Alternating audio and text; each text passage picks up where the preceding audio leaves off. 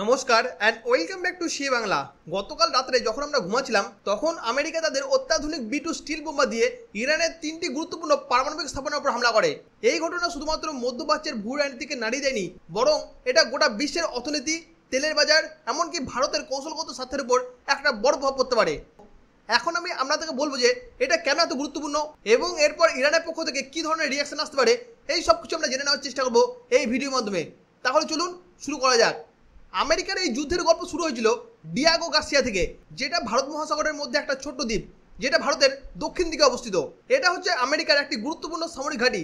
ভারত এই দ্বীপটাকে আমেরিকার নিয়ন্ত্রণে রাখার জন্য অনেক ধরনের সাহায্য করেছে, আর এইখান থেকে আমেরিকা B2 স্টিল বোমা দিয়ে ইরানের উপর অ্যাটাক করে। এই B2 স্টিল বোম্বার বিমানটা কিন্তু কোনো সাধারণ বিমান নয়, এটা এমন প্রযুক্তি দিয়ে তৈরি যেটা কোনো রাডারের মধ্যে ধরা পড়ে না। যদি আমি এই বিমানটার দাম দেখি, এটা হচ্ছে $2.1 বিলিয়ন, যেটা ভারতের টাকায় প্রায় 17,500 কোটি টাকা। এই বিমানটা ইরানের আকাশসীমার মধ্যে প্রবেশ করে এবং ইরানের 3টি গুরুত্বপূর্ণ পারমাণবিক স্থাপনা, প্রথমত হচ্ছে ফর্জো, নাটানজ এবং ইফসান, এই 3টি জায়গার মধ্যে হামলা চালায়। এই হামলার জন্য ব্যবহার করা হয়েছিল একটা অত্যাধুনিক শক্তিশালী বোম, যেটার নাম হচ্ছে GBU-57 বাংকার টেস্টার বোম। এই বোমটার ওজন হচ্ছে 13,600 কিলোগ্রাম। এটা এতটাই শক্তিশালী যে এটা মাটির 60 ফিট নিচে গিয়ে বিস্ফোরণ ঘটাতে পারে। আর এই বোমটা এতটাই নির্ভুলভাবে অ্যাটাক করে যে ইরানের এয়ার ডিফেন্স সিস্টেম কিছুই করতে পারেনি। আমেরিকার ইরানের উপর এই ধরনের হামলার পরিকল্পনা একটা অসাধারণ ছিল, কারণ এই বিমানটা প্রথমে আমেরিকা থেকে হাওয়াইয়ের মধ্যে আসে, তারপর সেটা ইন্দো স্পেসিফিক অঞ্চলে একটা গুরুত্বপূর্ণ দ্বীপ আছে যার নাম হচ্ছে গুয়াম, এই দ্বীপের মধ্যে এসে দাঁড়ায়।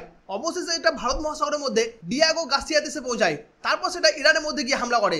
মানে এক কথায় বলতে গেলে এই বিমানটা প্রায় পৃথিবীর অর্ধেকটা পাড়ি দিয়ে দিয়েছে। এখানে আমেরিকা যখন ইরানের উপর অ্যাটাক করে তার আগে একটা বড় ধরনের চালাকি করেছে, কারণ আমেরিকার একটা ডিকন বিমান সেটা পশ্চিম দিকে পাঠিয়ে প্রথমে ইরানকে বিভ্রান্ত করে দেয়, আর তারপরে পূর্ব দিক থেকে B2 স্টিল বোমার এসে তাদের উপর হামলা চালিয়ে দেয়। আর তার জন্য ইরানের প্রতিরক্ষা ব্যবস্থা সম্পূর্ণভাবে ব্যর্থ হয়ে যায়। এই হামলায় আমেরিকার কোনো ধরনের ক্ষতি হয়নি। এই হামলার পর আমেরিকান প্রেসিডেন্ট ডোনাল্ড ট্রাম্প গোটা বিশ্বের উদ্দেশ্যে একটা ভাষণ দেয়। তিনি এই ভাষণের মধ্যে বলেন যে আমেরিকার সামরিক বাহিনী ইরানের 3টি গুরুত্বপূর্ণ পারমাণবিক স্থাপনা, প্রথমত হচ্ছে ফর্জো, নাটানজ এবং ইস্পাহানের উপর নির্ভুলভাবে হামলা চালিয়েছে। এখানে আমেরিকার উদ্দেশ্য ছিল যে ইরানের পারমাণবিক সক্ষমতাকে ধ্বংস করা এবং বিশ্বের 1 নম্বর সন্ত্রাসবাদী রাষ্ট্রের পারমাণবিক হুমকিকে অবসান ঘটানো। ট্রাম্পের মধ্যে ইরান হচ্ছে গোটা বিশ্বের মধ্যে সবথেকে বড় সন্ত্রাসবাদী রাষ্ট্র। তিনি দাবি করেছেন যে এই হামলা ইরানের পারমাণবিক কর্মসূচিকে প্রায় কয়েক দশক পিছিয়ে দিয়েছে। তিনি এখানে আরো বলেন যে এখন শান্তির সময়, যদি ইরান প্রতিশোধ নেয় বা প্রতিশোধ নেওয়ার চেষ্টা করে তাহলে ইরানকে আরো ধ্বংসের মুখোমুখি হতে হবে। ট্রাম্পের এই ভাষণের পর কিন্তু ইসরায়েলের প্রধানমন্ত্রী বেঞ্জামিন নেতানিয়াহু তিনিও একটি ভাষণ দিয়েছেন। তিনি কি বলেছেন এটা আপনারা প্রথমে শুনে নিন। Congratulations, President Trump. Your bold decision to target Iran's nuclear facilities with the awesome and righteous might of the United States will change history. In Operation Rising Lion, Israel has done truly amazing things. But in tonight's action against Iran's nuclear facilities, America has been truly unsurpassed. It has done what no other country on earth could do. That President Trump acted to deny the world's most dangerous regime the world's most dangerous weapons. His leadership today has created a pivot of history that can help lead the Middle East and beyond to a future of prosperity and peace. President Trump and I often say, peace through strength. First comes strength, then comes peace. And tonight, President Trump and the United States acted with a lot of strength. President Trump, I thank you. The people of Israel thank you. The forces of civilization thank you. God bless America. God bless Israel. And may God bless our unshakable alliance, our unbreakable faith. এখন ইসরায়েলের প্রধানমন্ত্রী Netanyahu মনে করছে যে এই হামলা মধ্যপ্রাচ্যের মধ্যে শান্তি আনবে এবং তিনি ট্রাম্পকে ধন্যবাদ জানায় এবং আমেরিকা ইসরায়েলের জোটের প্রশংসা করে। কিন্তু এখন প্রশ্ন হচ্ছে যে এই B2 স্টিল বোমার এটা কেন এত বিশেষ এবং এই ফাইটার জেটটা কেন রাডারের মধ্যে ধরা পড়ে না। দেখুন, এই বিমানটা এমন উপাদান দিয়ে তৈরি যেটা রাডার তরঙ্গকে শোষণ করে নেয়। এমনকি এই বিমানটা 11,000 কিলোমিটার পর্যন্ত উঠতে পারে এবং মাঝপথে জ্বালানি ভরানোর সুযোগ আছে এবং এটি প্রায় 18 টন অস্ত্র বহন করতে পারে। এই বিমানটা যদি আমি দাম দেখি, এটার দাম হচ্ছে প্রায় $2.1 বিলিয়ন। এই বিমানটা যেন একটি সুপার কম্পিউটার। এটা যখন অ্যাটাক করে তখন 12 কিলোমিটার উচ্চতা থেকে এই GBU-57 বাংকার টেস্টার বোমকে ফেলা হয়। ইরানের উপর যে বোমটা ব্যবহার করা হচ্ছে, এই বোমটার বিশেষত্ব কি দেখুন। এই বোমটার ওজন হচ্ছে 13,600 কিলোগ্রাম। এটি মাটির 60 কিলোমিটার নিচে প্রবেশ করে তারপর বিস্ফোরণ ঘটায়। আর এই বিমানটা একটা গাইডেন্স সিস্টেমে তৈরি, একটা নির্দিষ্ট লক্ষ্যে নির্ভুলভাবে আঘাত করতে পারে। কিন্তু খবরে আসলে যে ইরান যে নিউক্লিয়ার বোমগুলো তৈরি করছে, সেই বোমগুলো প্রায় মাটির 90 মিটার নিচে রাখা হয়েছিল। কিন্তু এখন প্রশ্ন হচ্ছে যে আমেরিকা যে ইরানের উপর অ্যাটাক করেছে, তারা কি ইরানের পারমাণবিক স্থাপনাকে ধ্বংস করতে পেরেছে? দেখুন, এখানে আমেরিকা বলছে যে তারা ইরানের এই পারমাণবিক স্থাপনাগুলোর উপর একাধিক বোম ফেলেছে।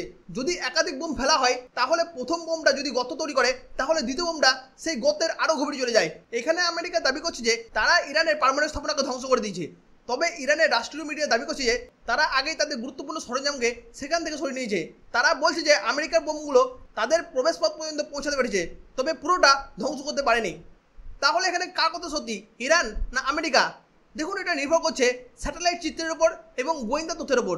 তবে এটা নিশ্চিত যে এই হামলার পর ইরানের পারমাণবিক কর্মসূচি একটা বড় ধাক্কা পেয়েছে। তবে এই হামলার পর ইরানের তরফ থেকেও কিন্তু একটা প্রতিক্রিয়া এসেছে। ইরান এই হামলাকে তাদের সার্বভৌমত্বের উপর আঘাত বলে মনে করেছে। ইরান বলেছে যে তারা এর জবাব দেবে।